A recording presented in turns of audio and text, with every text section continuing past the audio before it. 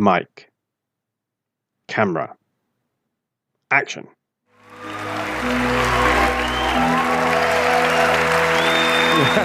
Thank you. Thank you to the Academy for this. All 6,000 members. Thank you to the other nominees.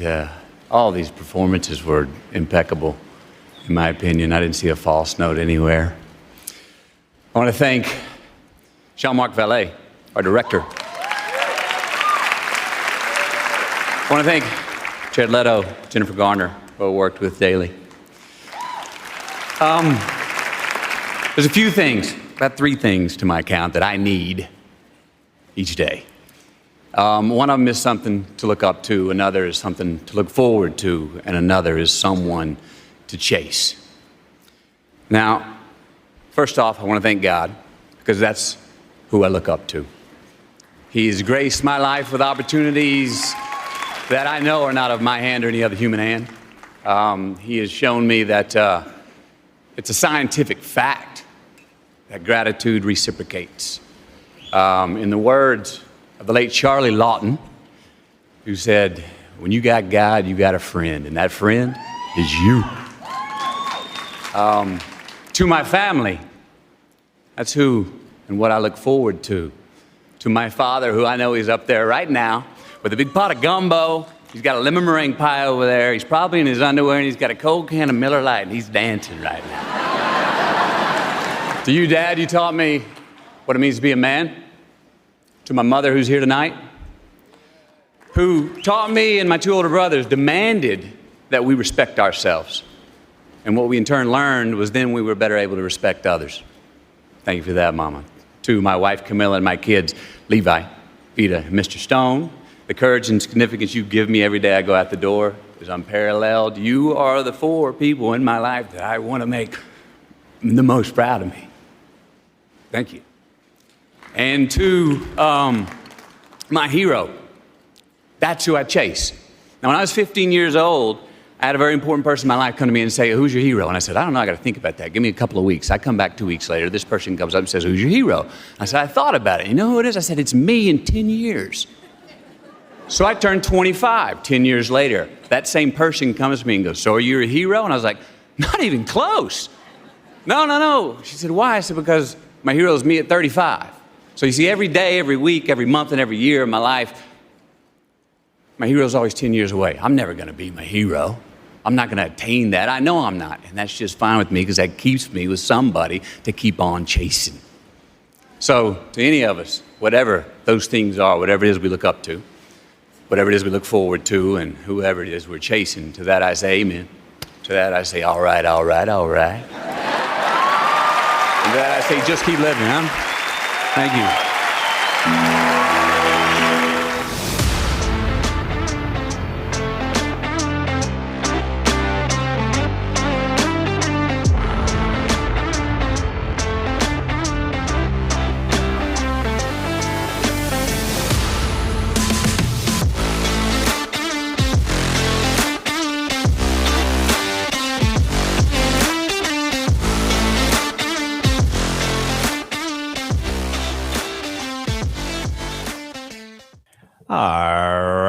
All right. Welcome back to Filmography, the show dedicated to watching every credited film from an actor's complete back catalogue from past debut through to present day in chronological order. Each episode, I'm joined by an esteemed guest to watch and discuss the next entry from the focused filmography and consider how it ranks amidst their career and whether we can trace any typecasting trends or topic traits or theatrical tics. Today, I'm joined by Angry Andy to discuss McConaughey's performance in Jean-Marc Vallee's Dallas Buyers Club from 2013.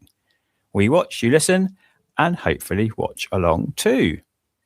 Good evening, sir. I mean, obviously you're known for your alliterative moniker, but whether we're going to get a classic rant or not tonight is probably an interesting one because it's not the usual sort of content that might provoke, that sense of injustice, of a waste of your time, perhaps. There's one of the key things which seems to get you going.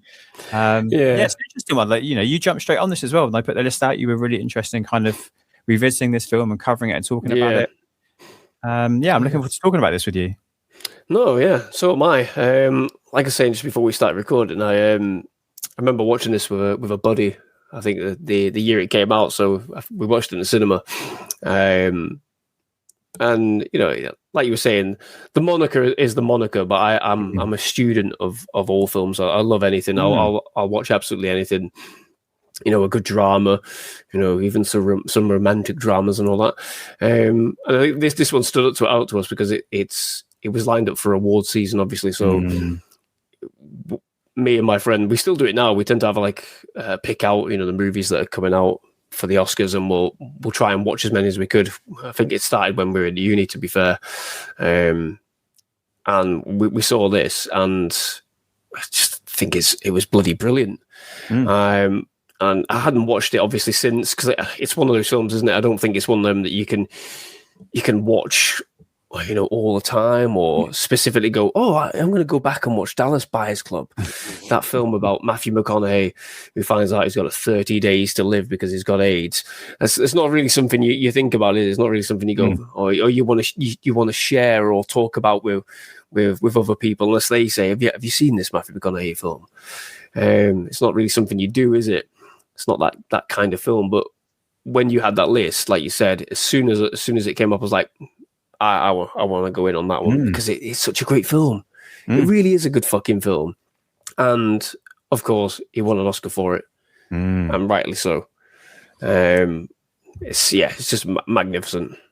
It came just at the right time within the McConaughey, didn't it? This is about film 5 now, I think. So if we class the Lincoln Law as the start of that era, we've obviously had Bernie, we've had Killer Joe, Mud, Magic Mike. So the sixth kind of movie in this run. So it feels like it's the pat on the back of we accept you now as an actor. Well done. But it is an interesting one because it does also fit into that category of kind of obvious awards, quote unquote, worthy movie, worthy performance. But whilst watching it, it doesn't rankle in the way that some of these performances do. I don't think it feels like it's coming from a pure place. Like he wanted to tell this story, and they felt like this was a story that was worthy of telling, rather than I'm just doing this because I know people are going to notice it.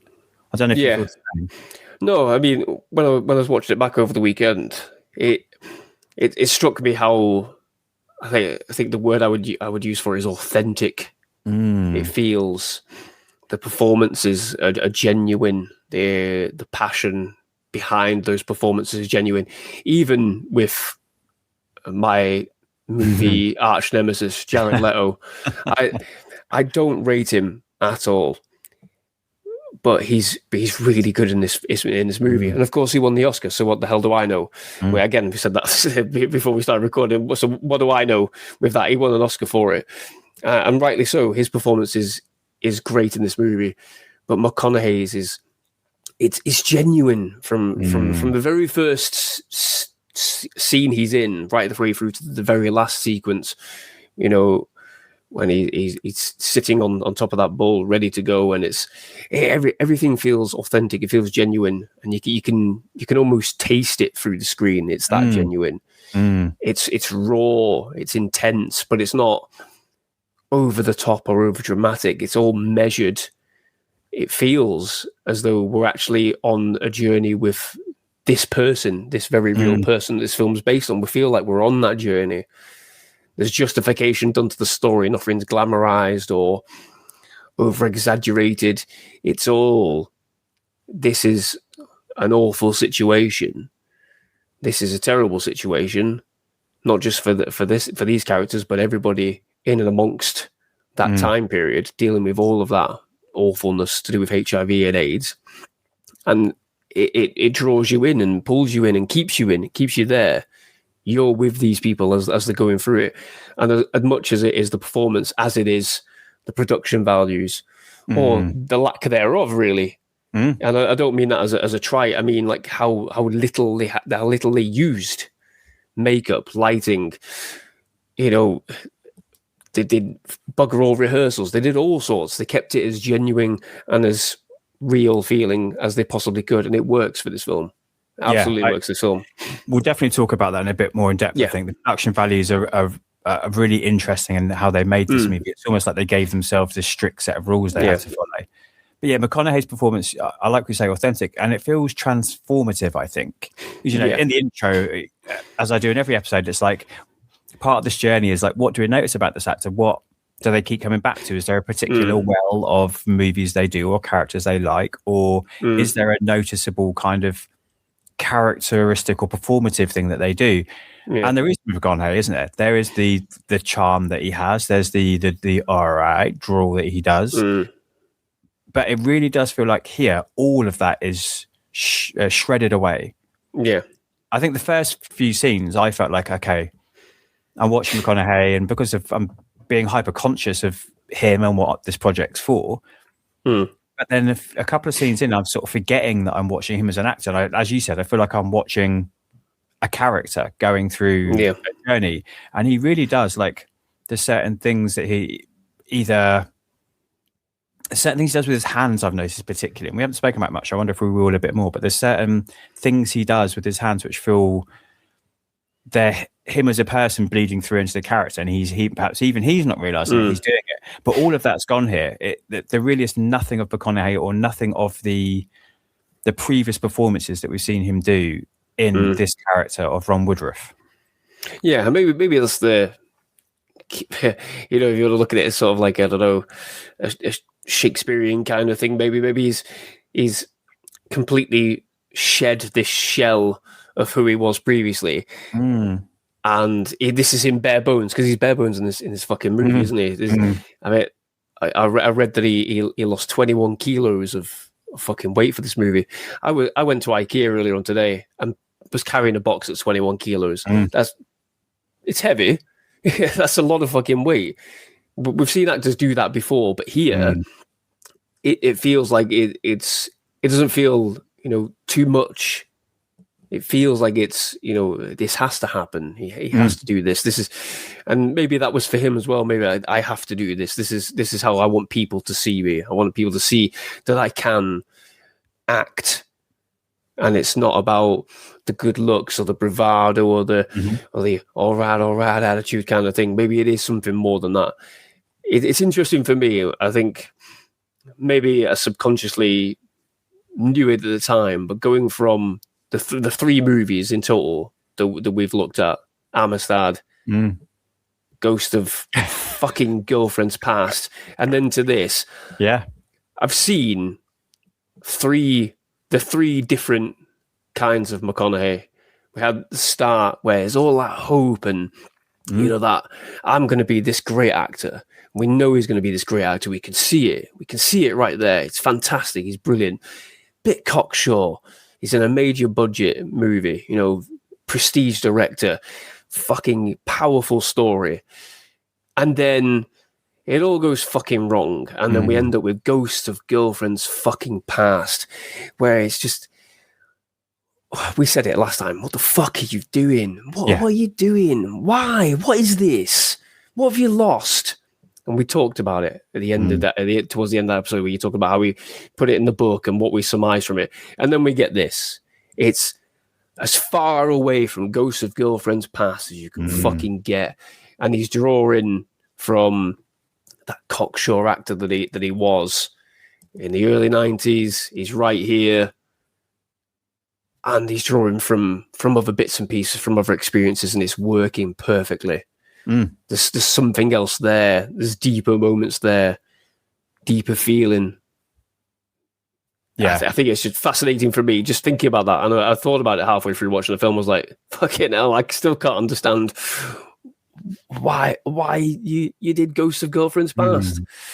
I can't understand it. We've seen actors do terrible films before, and I'm not saying that all of his stuff since this movie has been fantastic, but it's just those three key performances there for me.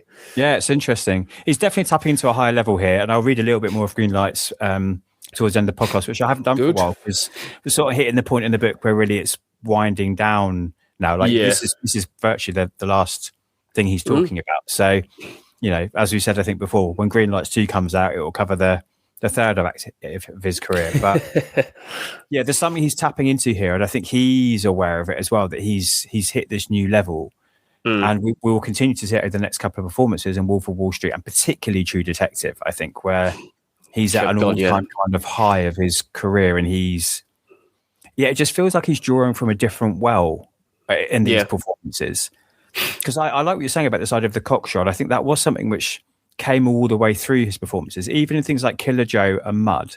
There is still that sense of like a bit of that character there, and that's the thing which within those movies they use wisely to make this dangerous character charming and alluring, and to keep you invested in them even when they're, in Killer Joe particularly, they're not even an anti-hero, they're an outright villain. But because it's McConaughey, they're doing that clever thing of using that well of that wellspring of that this journey you've been on with him, and you want to give him the benefit of the doubt because it's McConaughey. Underneath it all, it's McConaughey. He must be a nice guy, and at times he really isn't. Whereas, like I say here, it's shedded. It's all gone. He really is totally transformed into this character, and he much like Jared Leto, he put the work in here. I mean, we'll talk about Leto, I'm sure, as well, and his quote unquote immersive acting style. We're not allowed to call it method, by the way. I'm sure that's something you know about him, but it's not method acting; it's immersive acting. So yeah, okay. But McConaughey sort of went to those lengths, didn't he? As you said, the weight loss. You listened to hours and hours of tapes of Ron Woodruff when he was in interviews to try and find the voice and to try and find like his diction and patterns of speech. Woodruff's sister gave him his diary, so he read that and like really just tried to get into the psyche of this guy. So there was that very conscious, deliberate attempt to like just shed everything that he is as a person, as an actor, to properly transform into somebody else here. And it awards, like recognition, it definitely went in his favor, didn't it? Oh, absolutely. And like you said, you could look at this film and think, it was always awards bait. I mean, films that are released in and around the award season, of course they are. They're designed to be in your face and be, it's here now. Think about us for the award season. We only have to look at, Sinners that was out almost a year ago, and that's kind of been unfairly forgotten, really, in terms of this year's 2026 award season, because it was out too long ago. So there is always that, we're releasing this film at this time, to make keep everyone, on the foot, the film's coming, think about us. But there is just that level of genuineness to it.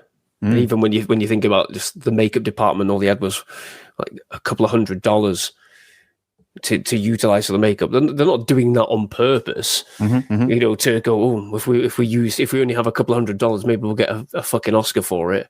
Well, no, it's because the film didn't have any frigging budget. So they're making do with what they've got, and it pays in dividends because there's not this glossy look to it. It's very much real. These are people, wearing everyday makeup, if any makeup at all.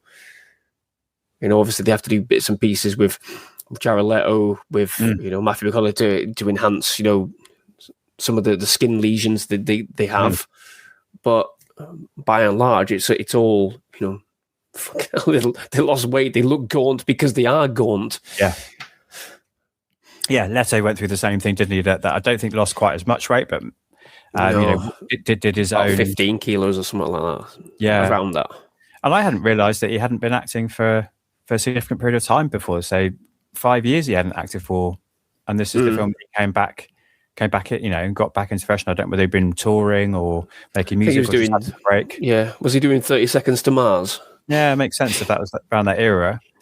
It's quite a way to re-announce yourself as well, isn't it? And the production stuff you were talking about, I'm just sort of leaving, let's say, for a minute, because I think it's going to be an important one to circle back around to, because that's the one part that probably, through modern lens and through some of those words we won't use because we're not those kind of people, but it's the one part that certain sections rally against, unfortunately, with this movie. But we'll circle back around to that in a minute.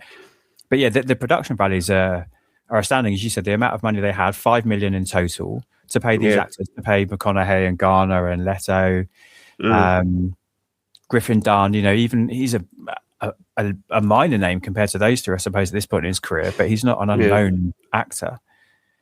I think it was a lot of run and gun. It was a lot of shooting on location and not telling anyone, and let's just go and get those shots and let's go. Yeah.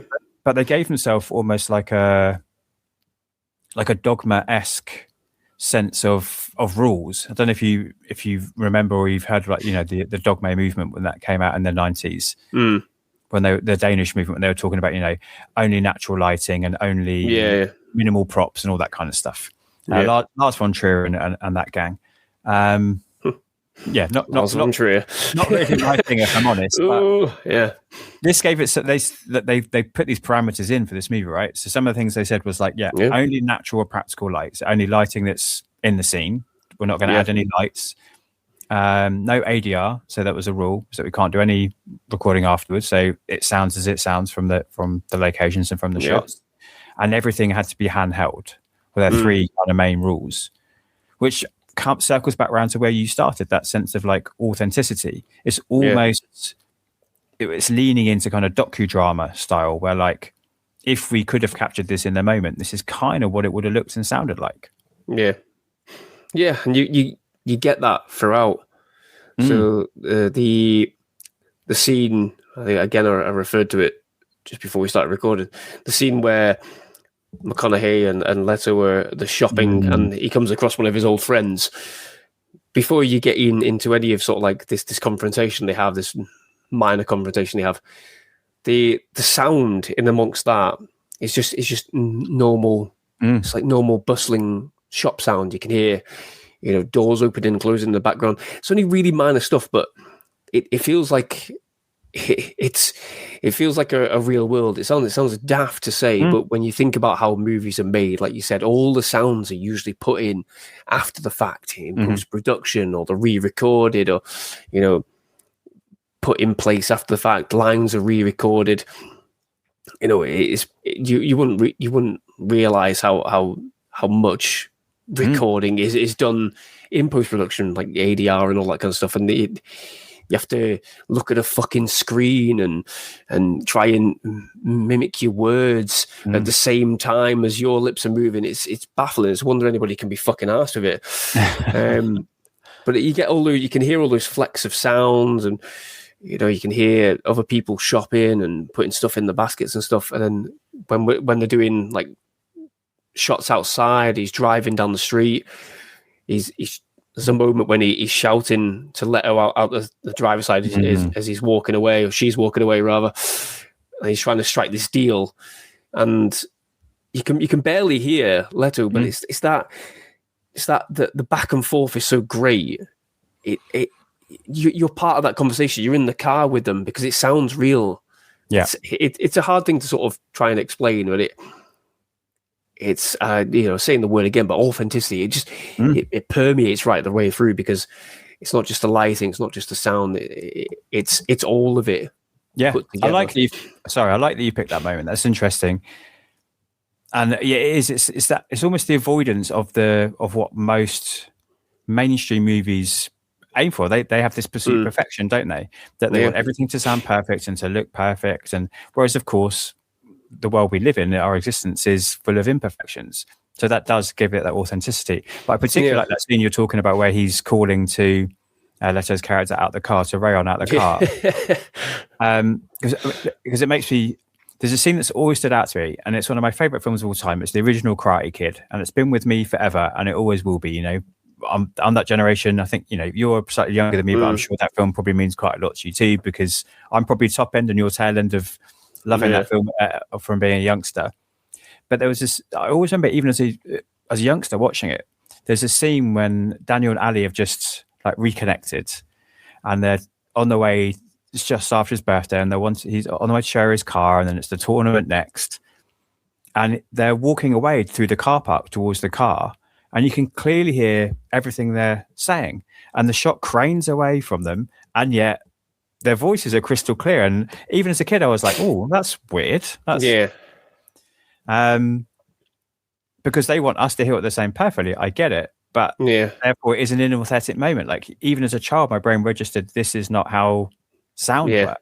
I shouldn't be able to hear them right now, but I can hear everything perfectly. Absolutely. Why are there no cut? Where's the sound of the car driving past and all the noise from golf and stuff in the background? And so they've kind of dropped all these conceits in order in this pursuit of trying to represent reality, as you said, just to be as authentic as possible.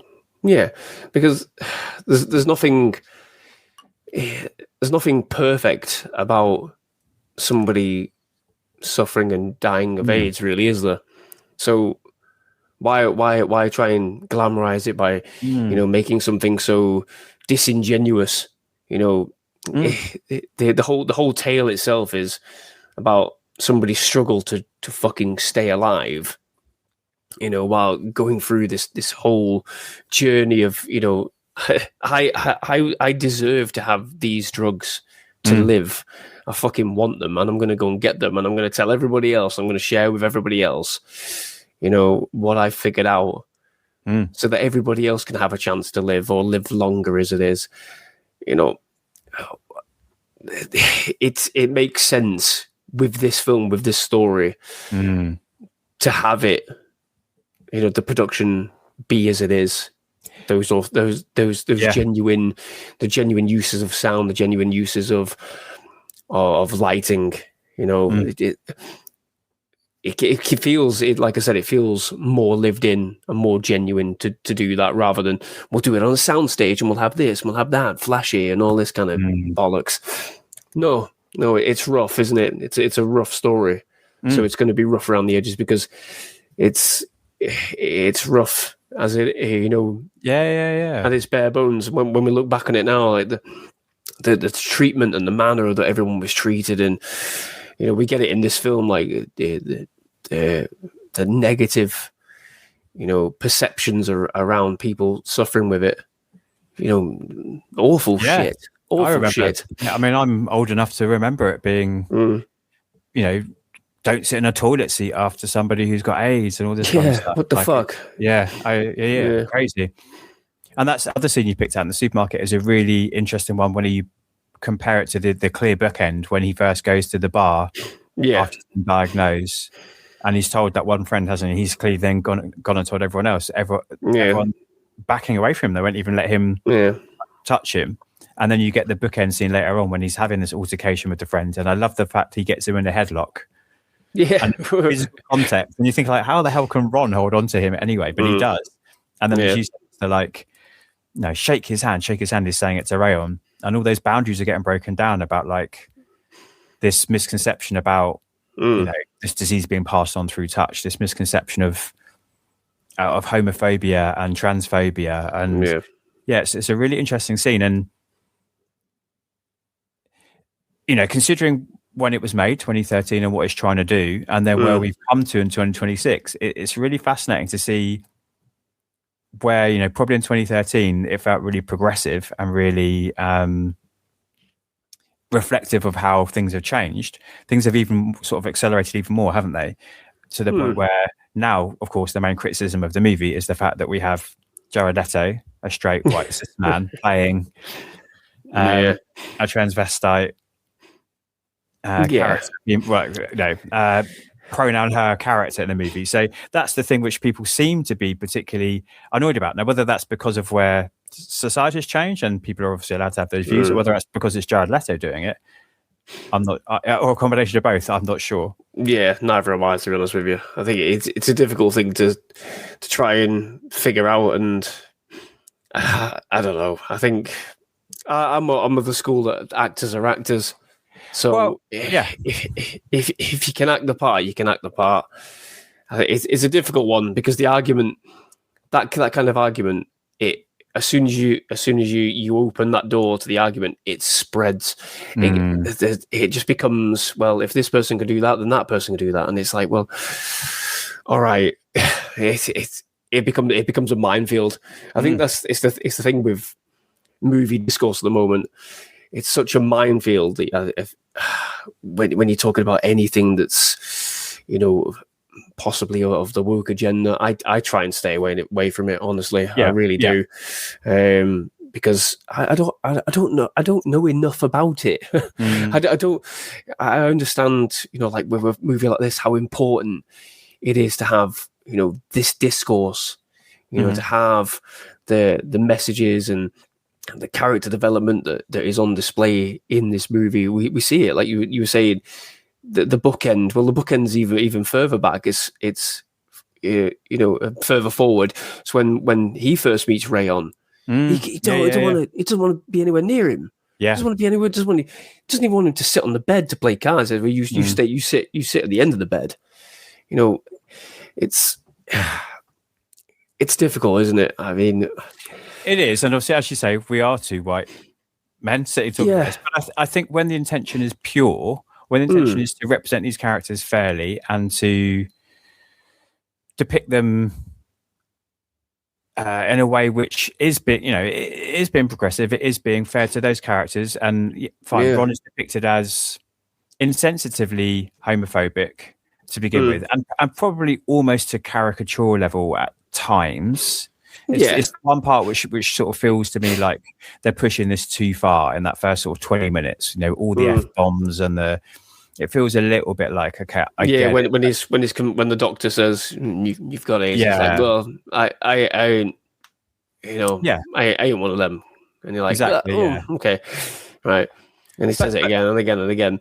But again, it's a product of the time, isn't it? That was the word. It was the word that was used. So it's one of them where we look back on things like, I don't know, Faulty Towers. Well, we can't show this episode anymore. Well, why not? That's what was filmed at the time, and can we not say that word? Yeah. Well, we can say that word because that's the word people were using. Derogatory terms they would be people using to describe homosexual people. We have to embrace how difficult it is to hear those words and for somebody to say it. I don't think McConaughey would have wanted to say the words that he uses, but it's the person, isn't it? Yeah, it's the authenticity of it. Yeah, the intention is to show that this is the wrong thing to say. It's not celebrating what he's saying. Yeah, exactly. And I think that's what it comes to with Leto, isn't it, as well? His performance is a celebration of who. I mean, Rayon wasn't even a real person anyway. Rayon didn't exist. It's a construct for this movie, as is Eve the Doctor. So it's not. So we're getting up and angry about somebody that didn't exist. Yeah. I don't know. This is where the snowballing is. Yeah, it is. I agree. This is where snowballing is. Positive. Like, Rayon is a good person. Rayon has a lot of issues in her life, and she's addicted to drugs, and she has AIDS.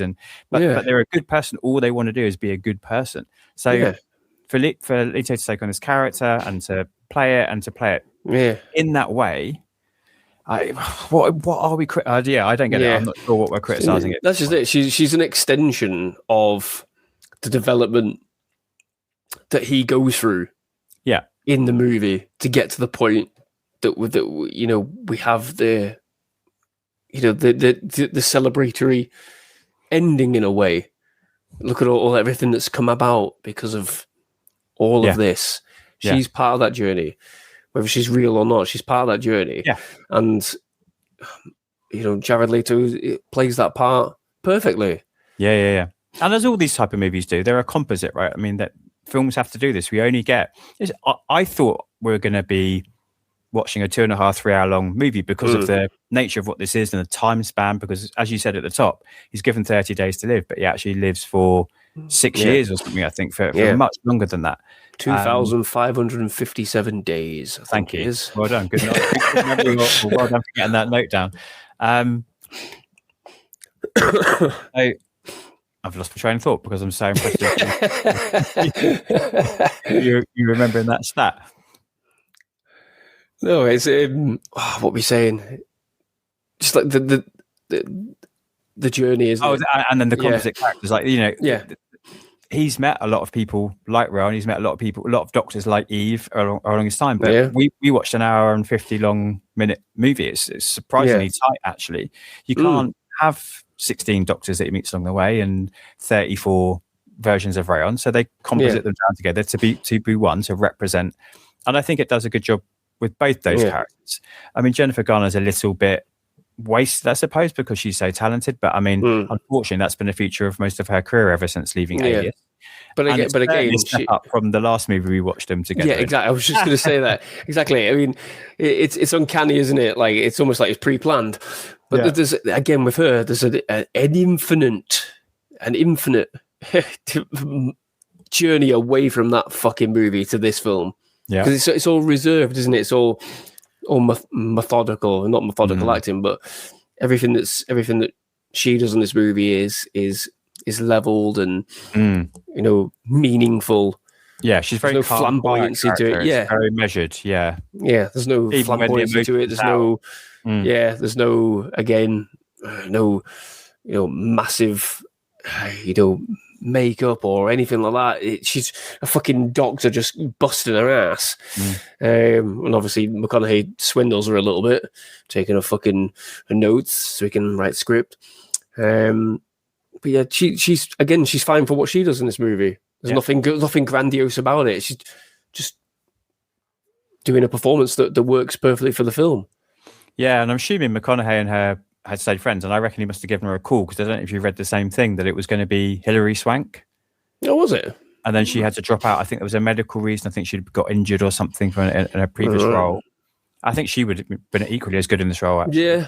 So I reckon McConaughey must have given Garner a call and said, like, we had a great time at Go to Girlfriend's Past. We're mates, aren't we? Do you fancy this role? I'm sorry for fucking your career up. Or maybe it was that, yeah. I'm sorry for Go to Girlfriend's Past. How about I make it up to you? You come and be in this Oscar film. Yeah. Probably most of that. Yeah, absolutely. Oh. But it isn't the only thing, I don't know if you read this either, that is a little bit controversial. And it's really interesting looking into behind the scenes of this one, because I agree with you. I feel like it's authentic. It's trying to represent the process and the journey, and it taps into, even in the UK, some of the things that you and I can remember from being younger, people talking about with this disease. But there was a little bit, even at the time when it came out, actually, a bit of pushback against the way that some of the things are being described in terms of particularly the drugs, really, and the accuracy of what they were trying to say with that. So that's why we get at the end that little coda which says, the FDA did eventually approve, was it EZT? Approved EZT in a lower dose. So that's kind of the drug which Ron Woodruff is really against. He won't have any of it in his system. Yeah. And it's because it was the trial drug, and they eventually realized that the amount they were giving people with AIDS was lessening their immune system, wasn't lessening the cells that protect their immune system. But when they gave it to them in a smaller dose, it was actually helpful to prolong their lives. So we have these other little bits where there's this little bit of kind of controversy where, they've done their best, but I guess fact checking all of this is pretty difficult.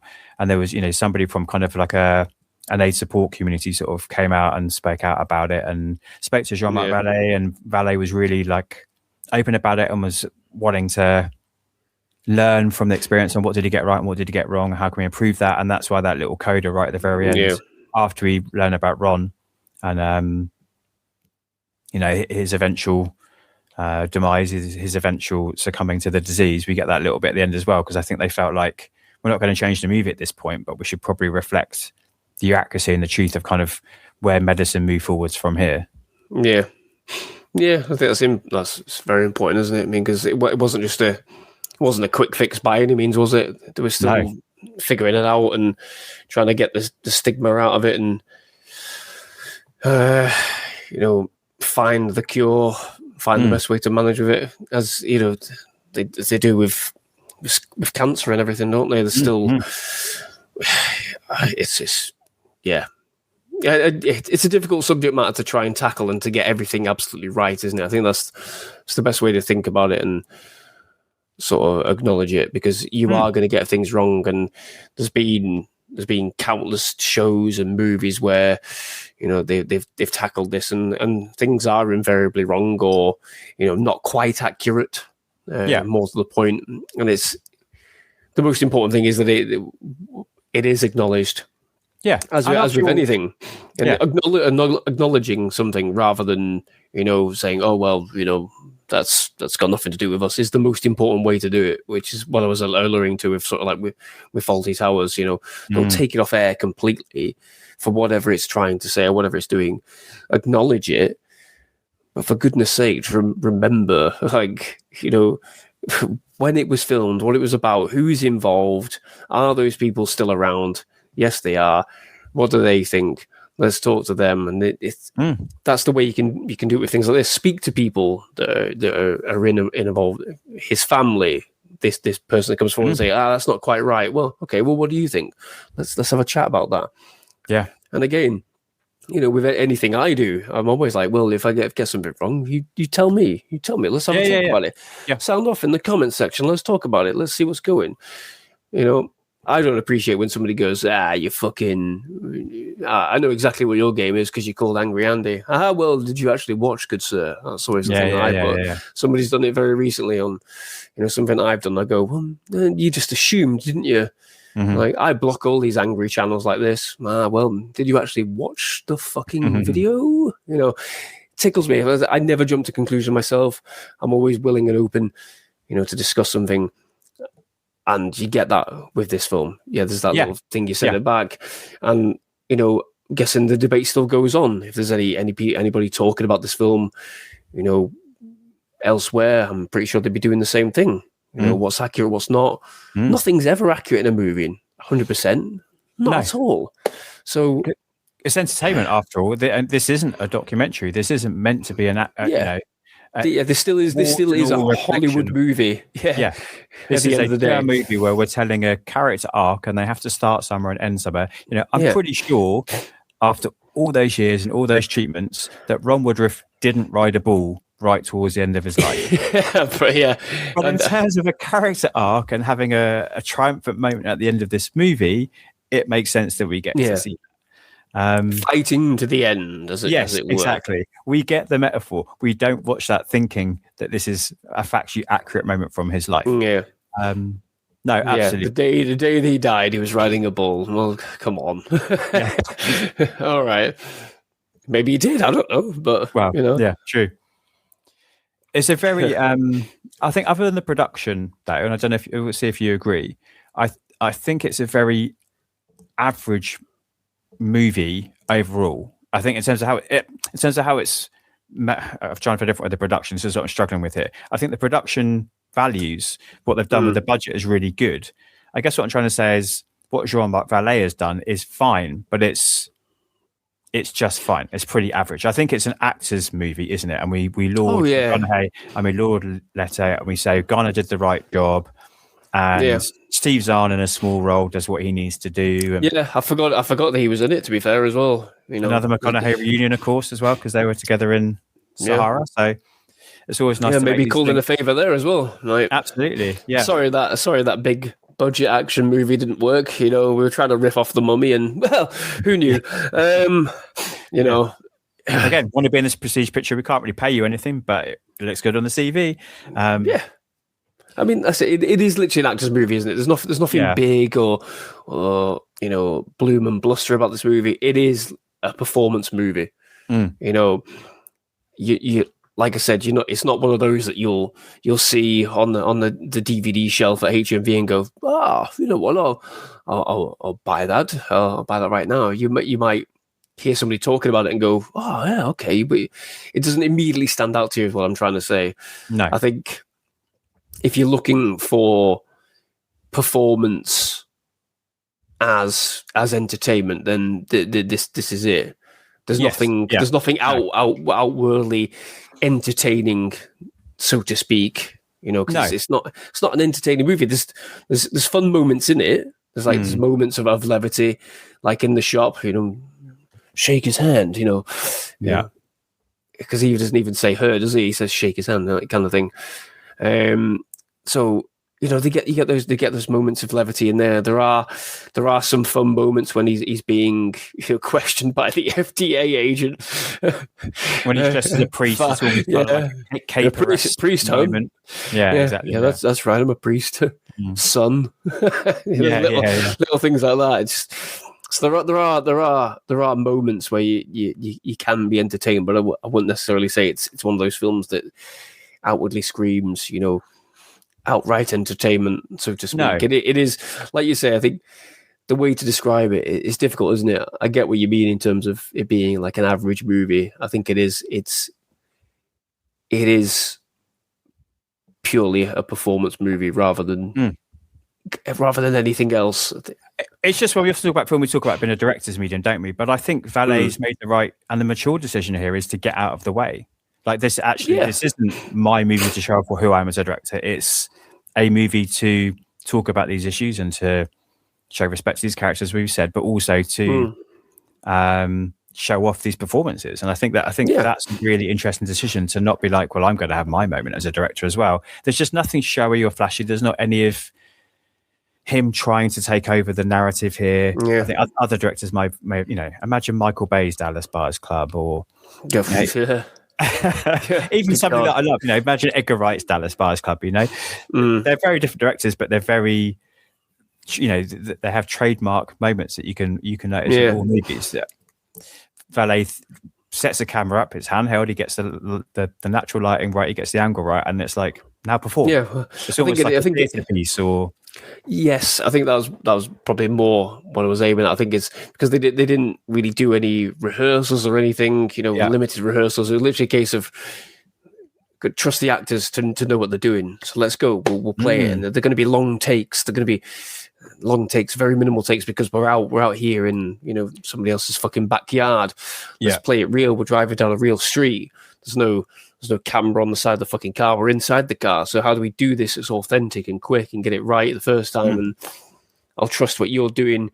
You let me know your thoughts, kind of thing. So it is literally a case of, like you said, sitting back, just letting it happen. Letting it happen. And sometimes it doesn't work. We've seen countless movies where that hasn't worked, where there's too much fucking let the actors do what they want. And then you get something like this where all the gears are working in tandem with each other, and they work perfectly fine. But I think it's probably because this is a passion piece right the way throughout. I think from McConaughey, if he's called in favors, and he was signed up for about 6 years or so before they made it. So he signed up in 2007, and he stayed attached until they could get it made. So he's got active involvement in it. He's is he producing credits? He's there. He's involved in it. He's keeping the ball running. Obviously, he's got Jared Leto in. If, like you said, hadn't performed for 5 years. Must have done a fucking bang up audition straight in. Trust the process. He's obviously done a lot of research for himself, and it works. It works. You can see it. You can feel it coming off the screen at every point. There's not one single moment where it doesn't feel like there's too much of anything from either side, from direction or from performances. So I think it is literally the perfect construct. For a movie as it is. Yeah, I mean, I think there's the only moment that stands out to me that kind of significantly in terms of how it was shot, how it was the moment when he discovers all the moths. But I mean, it's in a positive. Oh yeah, that was a little bit artsy fartsy, that bit, wasn't it? A little bit, yeah, but it does look beautiful. But maybe that's just the one moment. But I think of that moment quite positively. The one moment which stood out, not negatively, but felt like it could have been done a little bit better. But I think this is purely budget constraints. Is when Ron's on his kind of whirlwind around the world trip, trying to source the drugs from where he can, because he's been cut off Japan. So he goes to Japan, but then that gets cut off that route, doesn't it? So he's like, I'm going to go to Amsterdam, and I'm going to go here, and I'm going to go there. And we get almost like a travel log montage. Yeah. And it's very green screeny. It's almost like, I don't know, you see him shot from behind for a lot of it, almost as if he's walking on like a treadmill. And it's kind of like not green screeny, it's almost like rear projection, actually, kind of old school filmmaking. Yeah, and it probably was really, wasn't it? Probably sat in front of a screen monitor or something like this, and we'll just put Amsterdam behind you there. You just pretend you're walking. Yeah, a little bit goofy, but you can forgive it. You can forgive it because absolutely, yeah. It's part of the journey, isn't it? It's part of the very real journey. It's just in a way, it reminded me a little bit of like, I mean, I've already said Karate Kid. I'm not sure where that came from, but like there's a little bit kind of with those capery moments, like we discussed with him dressed up as the priest. There's kind of that catch me if you can a little bit as well. Yeah, where there is a little bit of an air to that, isn't it? Yeah, because you're rooting for him against the system and against the, you understand that although they are quote unquote the criminal, what they're doing actually is a forgivable crime, I suppose. Is it? Yeah.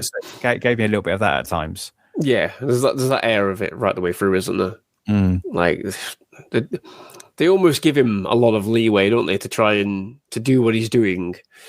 And I think it does sort of suggest that in the film, doesn't it, with the judge towards the end, when he's saying, everything you're doing is who can blame you? At the end of the day, it's we can't approve of anything you're doing. So it's one of those, isn't it? It's that.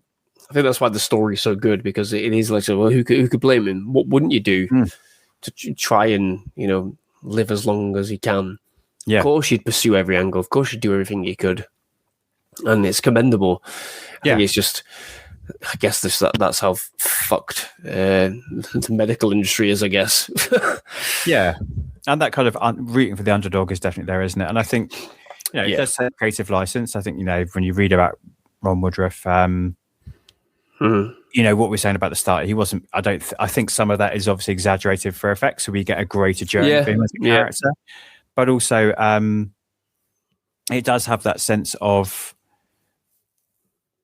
like the greater good. Like, and I think this is actually, this is accurate and it's true. That sense of like, he started doing this because it was like, fuck the system and make money. And by the end, it was that he had found a new community, and it was about doing what's right for other people. I mean, it's a little bit on the nose, isn't it, when they all clap him when he comes in after the court case? But I imagine being in the community amongst them probably was that fairly reflects how people probably felt about him for what he was trying to do.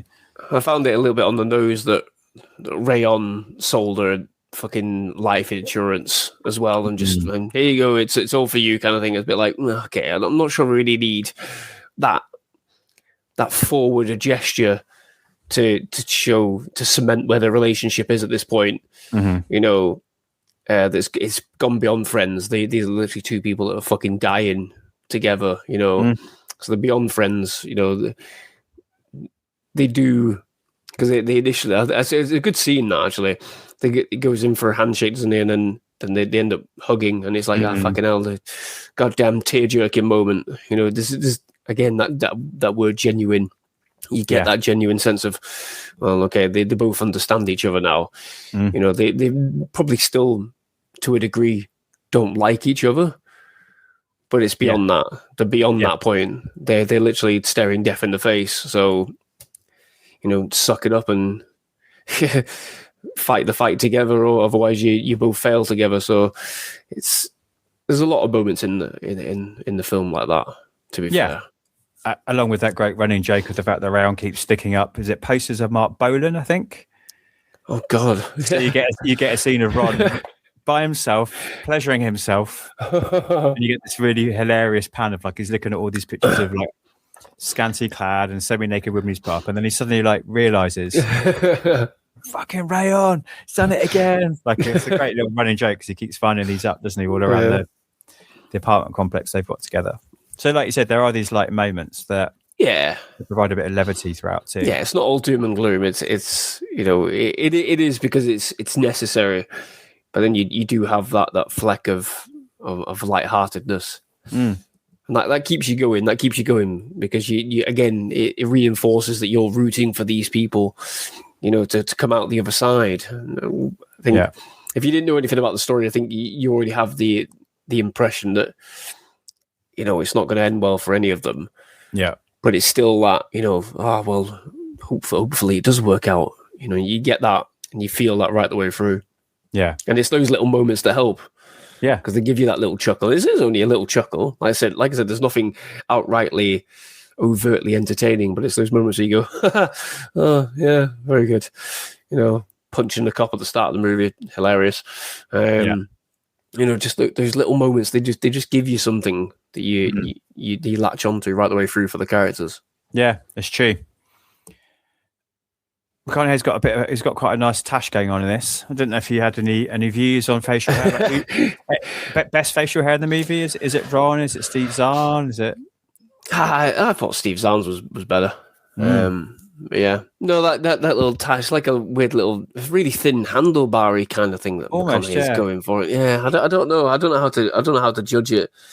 I kind of wanted to shave it off, to be honest with you, but yeah, never mind. I'll stick with what I've got. I'll tell you that for sure.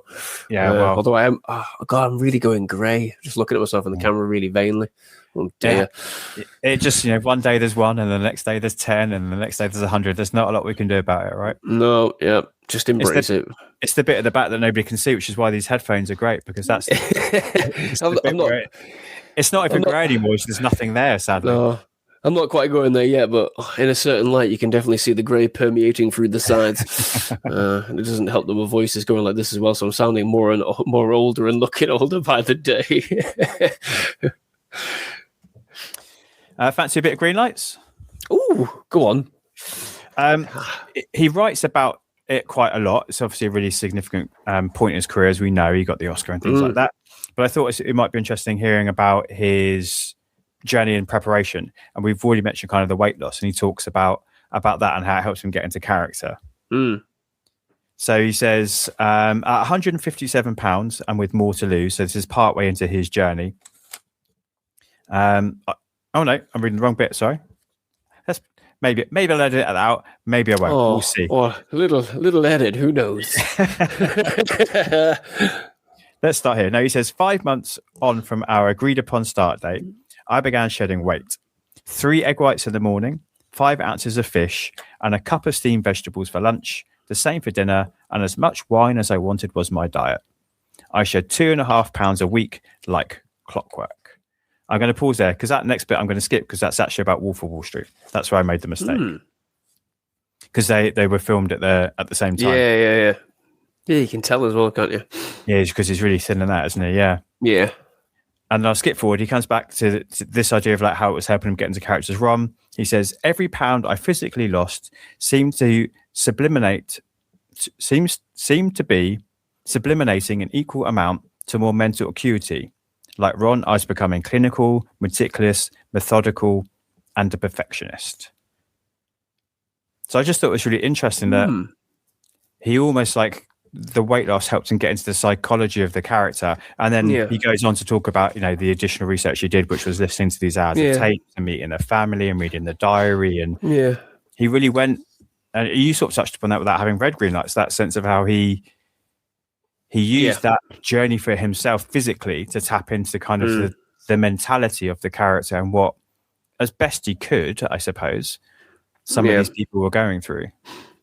Well, yeah, I mean, for me, I think creating a physical presence, however way that comes, does impact upon the character that you create. So in a previous life, I dabbled in the acting as well.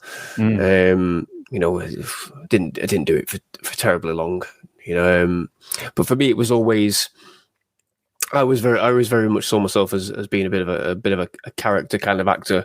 And for me, I had to play a Jewish rabbi in a good show. And that was all about, it was about the gait and how do I create a posture that, because I'm not old. I was fucking 22 at the time. So how do I do that? Well, I've got a wonderful beard. I've got a wonderful wig. I'm doing something with the makeup. I'm getting my face looking in a specific way. I need a jacket. The jacket's quite big. It's quite heavy. So what does that do to me? I can fight against it, or I can go with the weight of the jacket. It's pulling me forward. And then what more can I do? I can play with how that feels, and it's doing that to a much more extreme degree. So he's shedding weight. He can feel, he's saying he can obviously feel the difference, not just physically, but mentally as well, because he's having to think, more acutely about, what I'm going to do, because I'm losing weight. I don't want to exert myself too much. What's that going to do to you? You're going to burn out, and then you're going to be desperate for something to eat. You might break. You're on a very strict diet.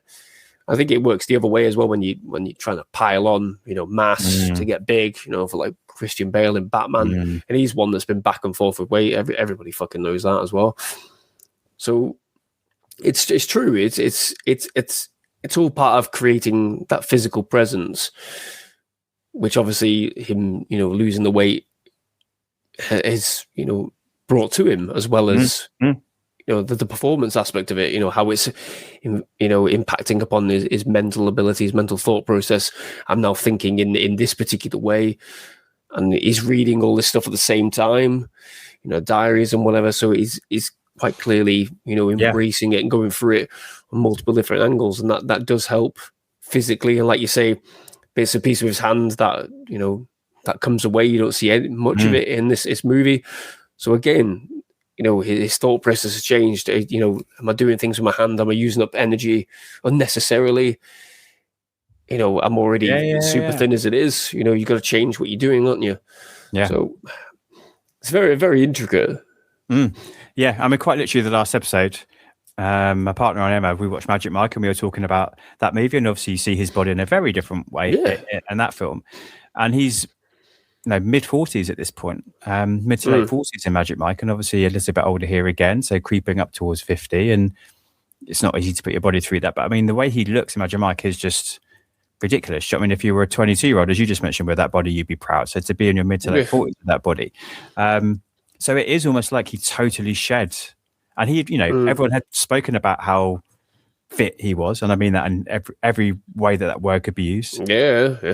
How handsome he was and how attractive he was to the opposite sex and what good shape he was in. That was always a key thing people would speak about McConaughey as part of his presence. So by shedding all of that, by losing all of that, he lost himself into the role. It's, I think it's a well-deserved Oscar on this occasion. I think it could have been awards bait, and maybe lots of people still want to argue it is, but I think he rises above it. I think Leto rises above it. I think the movie rises above it, and the awards that it got were well-deserved.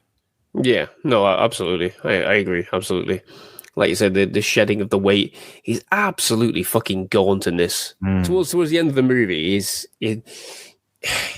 if you didn't know, I'd say if you didn't know who he was, it's impossible, isn't it? But you look at him and you go, you barely fucking recognize him.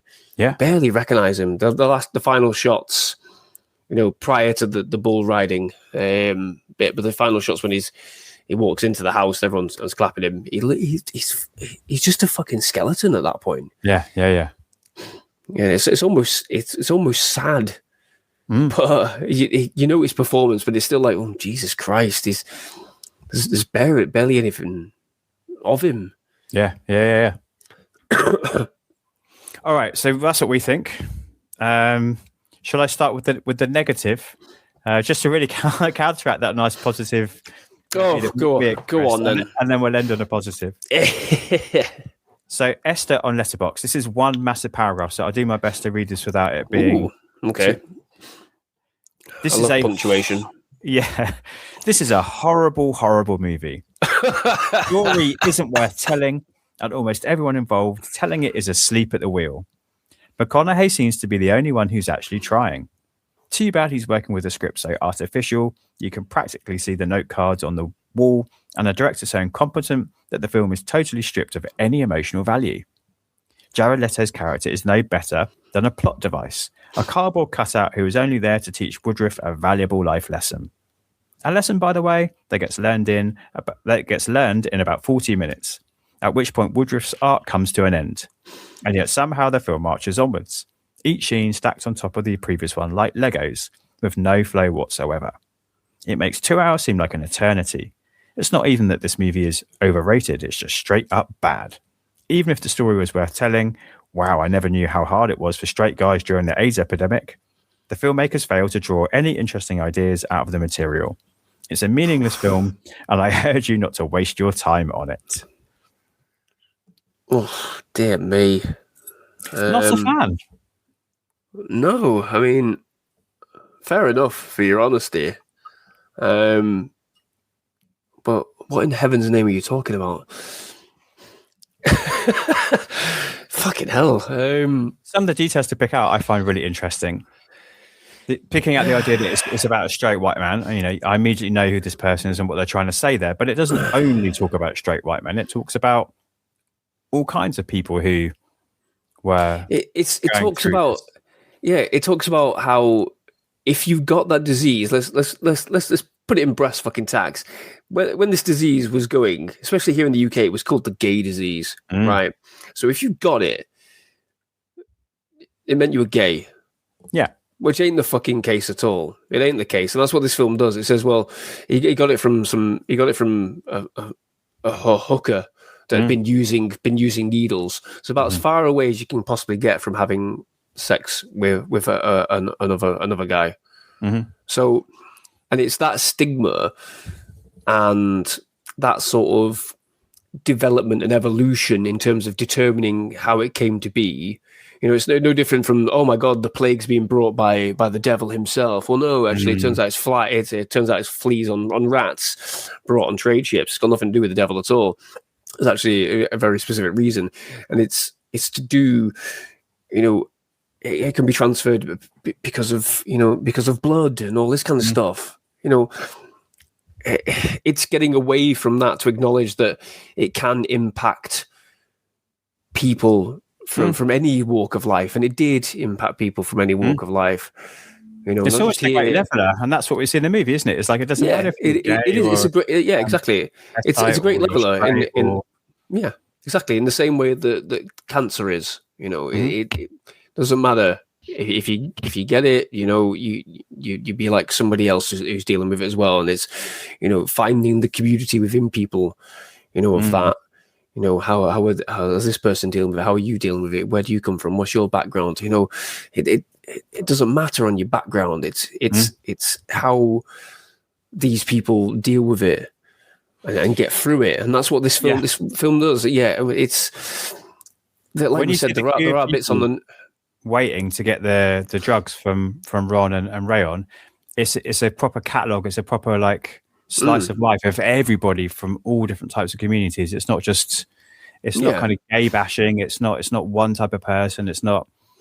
It really does show that it's color, creed, belief, sexuality. Yeah, this is it. We don't know those people's backgrounds. No, but again, it's the same thing. Like, it first came to prominence, you know, very much in the UK. It's spread, but then, you know, we've known for years it's been devastating in, you know, multiple countries in Africa. You know, it's widespread. It was widespread, and it impacted all different people for all different reasons. You know, I mean, wasn't there a blood scandal? You know, about people infected because of, you know, fucking infected blood or something like that. Transfusion. You know, there was transfusioned into people. Doesn't mean, you know, that. That whoever wrote that illiterate paragraph review, just I think you're badly wrong on that. I can appreciate, you know, maybe thinking, you know, the performances, if it's not your cup of tea, you're not going to see beyond them, are you? I don't know about incompetent directing, because the directing is what it is. Like we've said, it's on the go, isn't it? I don't know what's incompetent about just letting actors do their job, but, you know, yeah, very strange. Oh dear. Let's end positively, shall we? Oh, good. So Allah Aldin, I see what they've done there, but I found it hard to say. Matthew McConaughey and Jared Leto deliver the best performances of their career. The chemistry between them is incredible. The story is basically about Ron figuring out a way to get meds that weren't approved yet to help himself and others while the government were taking forever to do anything. It's all about fighting for survival and respect. And there are parts that are both uplifting and super frustrating. It also makes you think about how messed up the healthcare system can be, especially when people are left to fend for themselves in tough situations. Yep. Which rings much truer to how we feel and our experience of watching the movie, I think. Yeah, absolutely. Yeah. Not everybody can like the same movies, can they? And I've just stressed that, you know, I'm not diminishing somebody else's thought process, but you've got to understand what you're talking about in equal measure, though, I think, really. Yeah, I can understand watching this movie and not enjoying it. I can understand this movie and saying it's not for me. I don't want to watch it again. But exactly, like we said, it's not one that I would imminently, you know, if I saw it on TV, I wouldn't necessarily put it on. I don't own it myself. I had to rent it, you know, to rewatch it. It's not something I would actively go out and, you know, seek and rewatch again, despite the fact that I think it's a very good movie. There are movies like that where you watch it, you one and done. No matter how good it is. I mean, I've done it so many times. There's so many great movies out there that I've only watched once and will probably not go back to because of the difficult subject matter. You know, is it, you know, one of those movies you watch it and go, well, you can't really rewatch it because you know everything all there in one place, you know, and that can happen across anything, action movies, horror, whatever, drama. More often than not, it is dramas and, you know, biographies or biopics. You know, I don't go back and rewatch them. Yeah, but you know, it's for me. It's still a very good movie. Doesn't need to be imminently rewatchable at all. No, and I think, you know, it, as we've said many times, I think it's a nice place to finish. Its intentions are honourable. It wants to do the right thing by the people that have been depicted in it, and it does it by trying to be authentic in how it tells its story, even if at times, you know, you can make nitpicks and there's inaccuracies that can be pointed out. They were all done with the best of intentions, I think. Yeah, even when Jared Leto's in it. I mean, listen, world exclusive here. Andy Angry celebrates a Jared Leto performance. just this one, I think. Just this one. This one. In terms of McConaughey, though, obviously won the Oscar, but you know, does that mean that this is automatically a classic in his career, or do you think because of the content it's more worth catching? I guess we're both in agreement that it's way above completist only.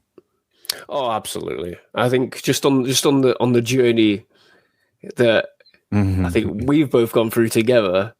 Yeah. In terms of watching a really good movie, a really terrible movie, and then for me, I think this is like the pinnacle of his renaissance. Yeah. This is the justification for all the terrible fucking shit he did. You know, and fair play. I think fair play. I think it is. I think this is the one of the absolute movies that you have to watch to fully understand who he is. I think as a performer, it's not all that bravado. We do get more of that, you know, going forward after this. The Gentleman's a good highlight of that one, isn't it? But this is still important, very much an important movie because it does cement that he is a good actor. He is a very good actor, and I think it's near perfect for me. I think his performance in this film. Lovely.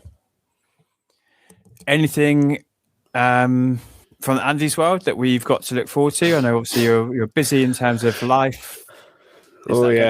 On how much we get to see from you in the coming months? It could do. I mean, I'm very keen to just to keep going and get reviews out as and when I can. Like I said, I don't hold myself to any schedule. I've had a busy last week with some reviews. You know, I'm watching bits and pieces. So you had your review out the other day, didn't you? Yeah, 28 years later, The Bone Temple. Yeah, good movie that. Ray Fiennes, 60-year-old man, just looks beefy and ripped to shit, putting everyone to shame. So yeah, I'll just watch what I can and review what I can as and when. But yeah, life is life, isn't it? So that's why I don't make any promises. I just do what I can as and when I can, and I appreciate everyone that's there or thereabouts, and I appreciate you having me back on this show to do this. It's been a good journey. I've really enjoyed it, so thank you very much. I love talking to you, and I think it's important that everyone gets to hear all their sides of you. You know, we shouldn't judge a YouTuber by his handle, right? Yeah, exactly. Yeah, exactly. But like I've always said, I look at everything fairly. I look at everything pragmatically. It's performances, it's writing, it's directing. You know, dialogue and things like that. Even the things you love to your core, you're still, you know, you don't just watch it and say, well, that's great because it's Star Wars, you say that's great because it's Star Wars and it does this, or you say, oh, that's shit. Star Wars, exactly. It does this. And it goes both ways. Like with this film, Jared Leto, I really don't like him, but I have to tell you honestly, he's very fucking good in this movie. He deserves his Oscar. Absolutely deserves his Oscar. So it works both ways. I'll tell you that as it is, as I see it, on every single front, even to the detriment of my own character, my own beliefs. God damn you, Mr. Leto. But yeah, that's where I am. So thank you again. I really do appreciate it. It's been great. I appreciate you too, mate. Thanks so much. Honesty, as always, from Angry Andy. Even if it means extolling the virtues of his acting nemesis. Do you know what nemesis means? All jokes aside, I always appreciate his views and time. As I do you too, listeners. So, thank you for your continued engagement and participation as we journey through the reconnaissance. That was Dallas Buyers Club.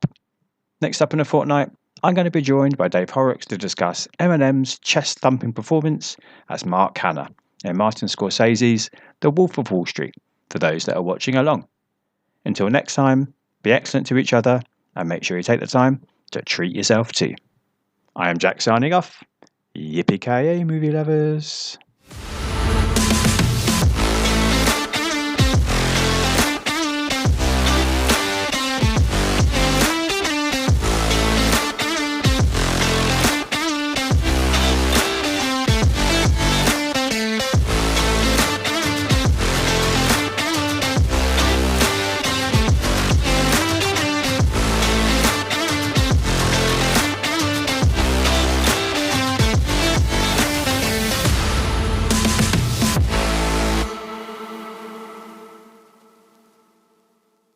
You just gotta keep living, man. Livin. Cut.